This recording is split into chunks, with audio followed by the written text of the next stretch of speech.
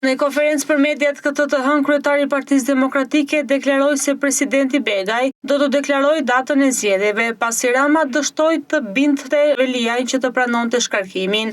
Edi Rama pasi i futi gjushin në qeli, pasi bëri çdo lloj përpjekje për të bërë pazar me Erion Velin, që të mos të pranoj shkarkimin dhe të mos i drejtohet gjykatës kushtetuese, duket se dështoj në këtë përpjekje. Do më thënë, duket se Erion Veliaj nuk pranoj marrëveshjen, gjersa ai ju ka kërkuar avokatërve të tij të depozitojnë ankesën në gjykatë kushtetuese. Kjo është përgjigja e parë. Pavarësisht nga kjo, sot është ditë e hënë, Prishti nga ora 1, kukulla e Edi Ramës në presidencë do firmos mos pas lënë vaj autopenin aty për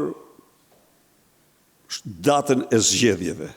Berisha vazhdoi mëtej duke ngritur akuza për takimin e kryeministit Rama në Aruba. Takimi i Arubës, për cilët në heshtje varri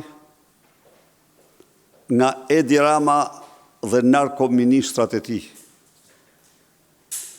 Por Aruba është dëshmia më flagrante ndërkombëtare e bashkëpunimit dhe bashkërëndimit të Edi Ramës me grupe terroriste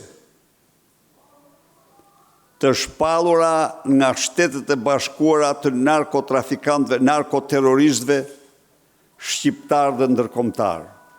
Edi Rama po bën gjithçka që ta arkivoj në harres Arubën. Nga ky takim